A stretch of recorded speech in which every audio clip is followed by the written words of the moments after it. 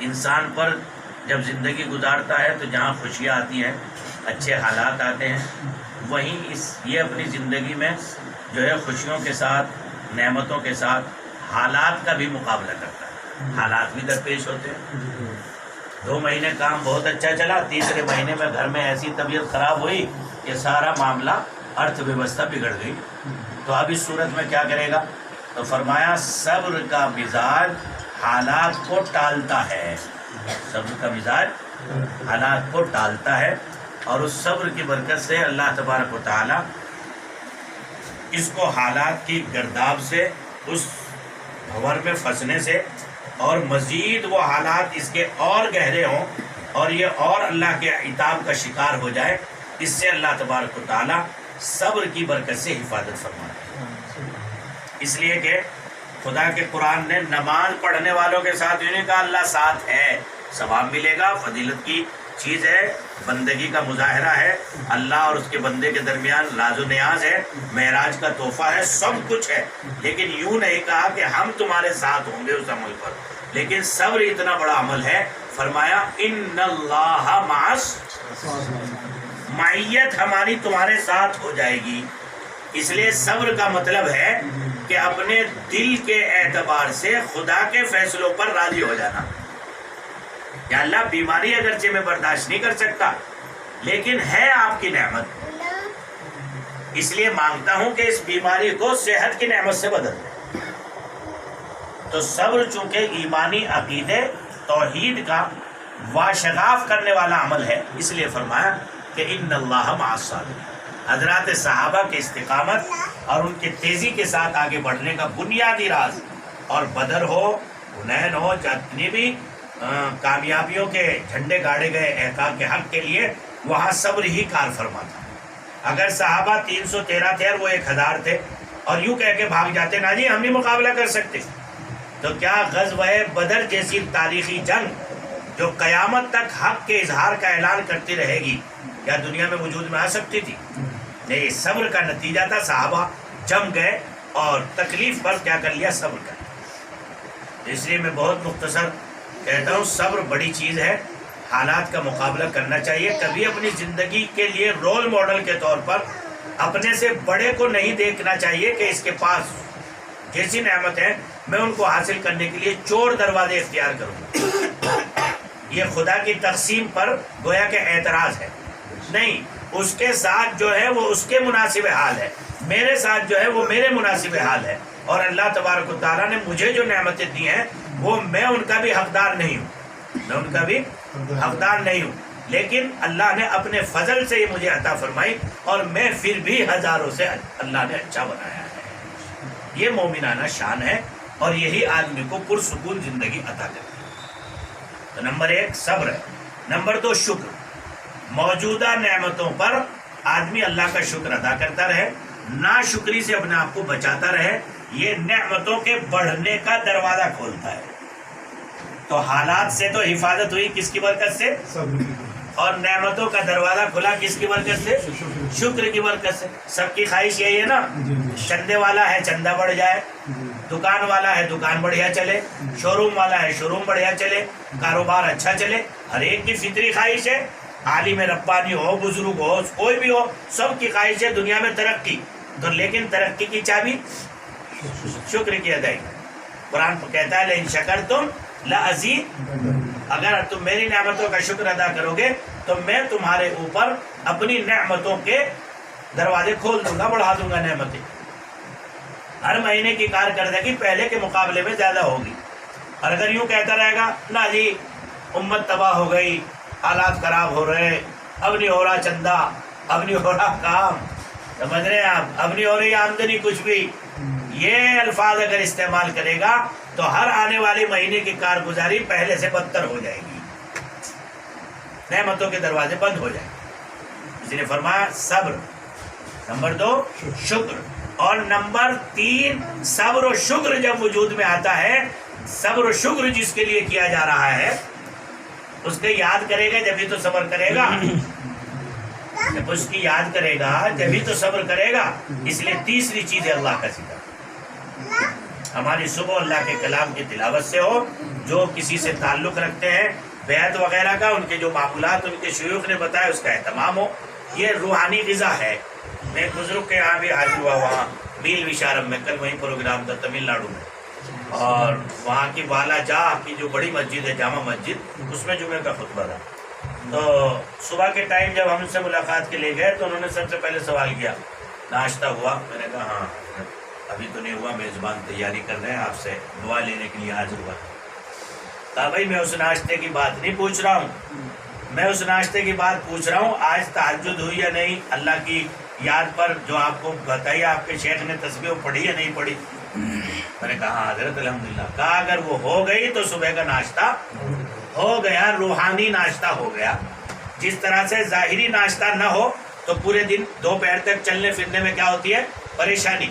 اسی طرح سے روحانی ناشتہ نہ ہو تو طبیعت کی چین سکون میں کیا ہو جائے گی؟ بدمزگی آ جائے گی. نہ کام کرنے میں مزہ آئے گا، نہ جس کے پاس جاؤ گے اس کی توجہ میں مزہ آئے گا. تو اکابر اہل اللہ کی ایک ایک بات کے اندر بڑی حکمت ہوتی ہے.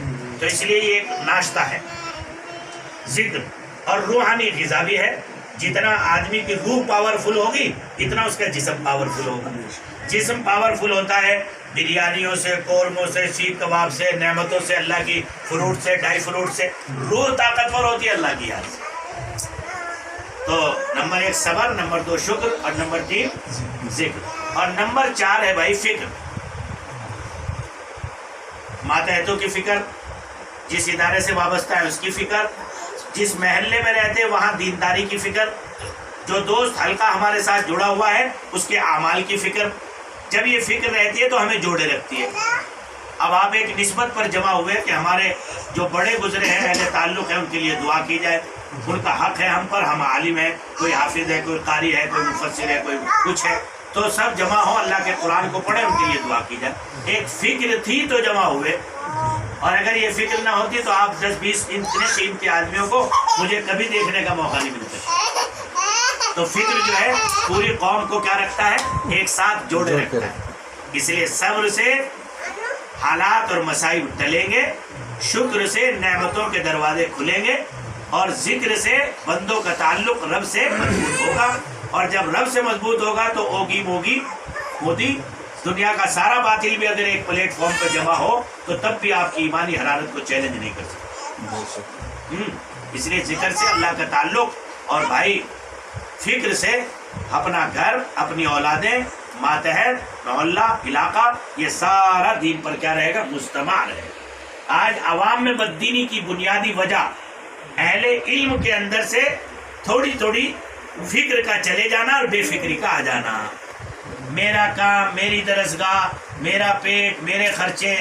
لیکن جس گلی میں رہتا ہے اس گلی میں، جس گھر میں رہتا ہے اسی گھر میں نیچے بددین لوگ، نماز نہ پڑھنے والے، اللہ سے غافل، فاسق، فاجر، لیکن کبھی اس کو فکر نہیں ہوتی کہ میں ان کو دین کی دعوت دوں.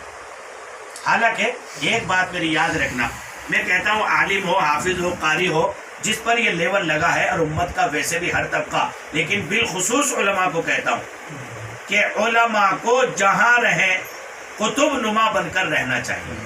کیا بن کر رہنا چاہیے؟ قطب نما. قطب نما کی کیا خاصیت ہے؟ قطب نما کو تم ٹرین میں رکھ دو وہاں قبلہ بتائے گا، جنگل میں رکھ دو وہاں قبلہ بتائے گا، نالی پہ رکھ دو وہاں قبلہ بتائے گا، جی دلدل میں رکھ دو وہاں قبلہ بتائے گا. اس کو تو اپنا کام کرنا ہے. دلدل میں بھی رہے گا تو یہ بتائے گا قبلہ ادھر کو نہیں ادھر کو، ہر موقع پر. اور یہ کام میں نے اس کا تجربہ جہاز میں بھی کیا. جہاز میں جب نماز پڑھنے کا اتفاق ہوا تو میں نے قبلہ نما کا استعمال کیا. آسمان و زمین کے بیچ میں 27,000 فٹ کی بلندی پہ وہاں بھی قطب نما نے اپنا کام کیا. اور جس سیٹ پہ آپ جدھر کو رخ چل رہا ہے جہاز، وہاں کو قبلہ نہیں ادھر کو ہے. تو علماء کو کیسا ہونا چاہیے؟ قطب نما جیسا ہونا چاہیے. قطب نما کا مطلب ہے جس جگہ عالم رہے، جس پڑوس میں رہے، جس گلی محلے میں رہے، وہاں نمبر 1 اس کی خود کی عمل کی پابندی، نمبر 2 اپنے قرب و جوار میں بہت پیار محبت سے سادے لفظوں میں ایمانی دعوت اور اعمال کی فکر کرتا رہے، تاکہ دیکھنے والے یہ محسوس کریں نہیں اس بندے کے اندر علم کی خوشبو ہے، اس کے اندر قرآن کی خوشبو ہے، اس کے اندر احادیث رسول اللہ اور سنت رسول اللہ کی خوشبو. تو جہاں رہیں وہاں کیا بن کر رہیں؟ قبلہ نما قطب نما بن کر رہیں، قطب نما بن کر رہیں گے تو انشاءاللہ اللہ عزتوں سے بھی نوازے گا اور محبتوں سے بھی نوازے گا۔ دل سے دعا کرتا ہوں اللہ تبارک و تعالیٰ آپ جیسے علم دوست اور حفظ اور علم عمل کی دولت سے مالا مال حضرات علماء قراء حفاظ یہاں جمع ہوئے، خدا اس مبارک اجتماع کو اور مبارک مجلس کو بے حد قبول فرمائے، اور جو ایک بہت ہی مبارک عمل جو دنیا کے رشتوں کو آسمانوں سے اور عرش الہی سے اور اللہ کی ذات سے جوڑنے والا عمل ہے، اللہ کے قرآن کو اجتماعی طور سے پڑھنا۔ یہ حدیث شریف میں ہے کہ اس گھر کو اللہ کے فرشتے ایسے دیکھتے ہیں جیسے دنیا والے آسمان کے ستاروں کو دیکھتے ہیں، اور جب اللہ کا قرآن پڑھا جاتا ہے تو بندے کے دل کا رشتہ کہاں سے جڑتا ہے؟ اللہ کی ذات سے۔ سیدنا حضرت علی رضی اللہ عنہ فرماتے تھے کہ میں جب یہ چاہتا ہوں کہ میں اللہ سے بات کروں تو دیگر اعمال کرتا ہوں، مثلا تسبیح پڑھ لیتا ہوں، قرآن پڑھ لیتا ہوں، طواف کر لیتا ہوں، زکوٰۃ دے دیتا ہوں، یہ کر لیتا ہوں، یہ سب ہے اللہ سے گفتگو۔ لیکن جب میرا دل یہ چاہتا ہے کہ میرا رب مجھ سے بات کرے، کون بات کرے؟ میرا رب مجھ سے بات کرے، تو میں خدا کا قرآن پڑھتا ہوں۔ یعنی دیگر اعمال کرنا ایسا جیسا ہمارا بات کرنا کس سے، اور قرآن پڑھنا ایسا گویا اللہ کا بات کرنا۔ ایک بات تو یہ ہے کہ ہم فون ملائیں سی ایم صاحب کو یا اپنے علاقے کے جو ہے ڈی جی پی کو اور گورنر کو، اور وہ اٹھا لے تو صاحب آج ہماری بات ہوئی، لیکن اتفاق سے سی ایم صاحب ہی کا آپ کے پاس کیا آ جائے، فون آ جائے، تو کتنے بڑے اعزاز کی بات ہے۔ ارے دیکھیے کال فلاں ٹائم پہ آئی تھی، اتنی دیر سی ایم صاحب بات کرے۔ اور جب اللہ کا قرآن پڑھتا ہے تو حضرت علی کیا فرما رہے ہیں کہ گویا اللہ مجھ سے کیا کر رہے ہیں، میسیج کر رہے ہیں، گفتگو کر رہے ہیں، بات کر رہے ہیں، اس لیے کہ خدا کا کلام کس کی ذات سے نکلا؟ تبارک بالقرآن فإنہ خرج منہ، اللہ کے کلام سے برکت حاصل کیا کرو، اس لیے کہ اللہ کا کلام خدا کی ذات سے نکلا ہے۔ تو براہ راست ہمیں رب سے جوڑنے والا عمل سب سے بڑی چیز اگر کوئی ہے تو اللہ کے کلام کی تلاوت کا اہتمام ہے۔ اس لیے وہی ہمارے حضرت یہ فرماتے تھے مفتی اعظم مفتی محمود صاحب مفتی اعظم دارالعلوم، بھائی حافظ قرآن کو روزانہ 3 پارے کم سے کم تلاوت کرنے چاہیے اگر ساری زندگی قرآن پاک کو محفوظ رکھنا چاہتا ہے، اور اتنا نہ کرے تو کم سے کم 1 پارے کی تو پابندی کرے۔ آج مجھے الحمدللہ اس لیے بتا رہا ہوں تاکہ شوق ذوق پیدا ہو، 21 سال سے الحمدللہ ایک فضیلت اور ایک عمل کی توفیق حاصل ہے، اوابین کی 4 رکعتوں میں اپنے والدین، اپنے ننیالی ددیالی رشتوں اور تمام اعزاء اقاربہ اور تمام مشائخ اساتذہ مرحومین کے لیے، کل امت مسلمہ کے لیے 1 پارہ پابندی کے ساتھ 4 رکعت میں الحمدللہ مغرب کی نماز کے بعد پڑھتا ہوں۔ اور یہ سیکھ مجھے ملی دارالعلوم دیوبند کے فاؤنڈر حضرت مولانا قاسم نانوتوی رحمۃ اللہ علیہ سے۔ حضرت مولانا قاسم نانوتوی رحمۃ اللہ علیہ کا جب انتقال ہونے لگا تو اپنے بیٹے کو بلایا مولانا محمد احمد صاحب کو، فرمایا بیٹے تجھے ہمیں نے علم سکھایا، سب کچھ سکھایا، اللہ بہت عزت دے گا اور بہت تجھے جو ہے نوازے گا، لیکن وہ سب نعمتیں تیرے لیے، میں نے اپنے لیے تو صرف تجھے خدا کا قرآن پڑھایا۔ یہ کس نے کہا؟ حضرت مولانا قاسم نانوتوی۔ جب حضرت مولانا محمد احمد صاحب کا انتقال ہونے لگا تو حضرت قاری طیب صاحب کو بلایا رحمۃ اللہ علیہ، جو 60 سال دارالعلوم کے محترم رہے، بیٹے اللہ تجھے دنیا میں بہت عزت دے گا اور مرنے کا ٹائم ہے بالکل، میں صرف قرآن تجھے اپنے لیے پڑھایا۔ تو حضرت قاری صاحب ساری زندگی اپنے والد کے لیے تہجد میں قرآن پڑھتے رہے، کھڑے ہو گئے۔ مولانا قاسم نانوتوی اپنے والد کے لیے پڑھتے۔ پھر حضرت مولانا سالم صاحب مرحوم جو خطیب الاسلام تھے، انہوں نے مجھے اپنے ایک سفر میں واقعہ سنایا۔ جب میں ان کے ساتھ گیا تو حضرت مسجد کی بنیاد رکھنے گئے تھے وہیں سہارنپور میں، فرمایا بھائی مولوی سالم میں ایک عمل پابندی سے کرتا ہوں اپنے والد گرامی حضرت حکیم الاسلام قاری طیب صاحب کے لیے، اور یہ سلسلہ اوپر سے چل رہا ہے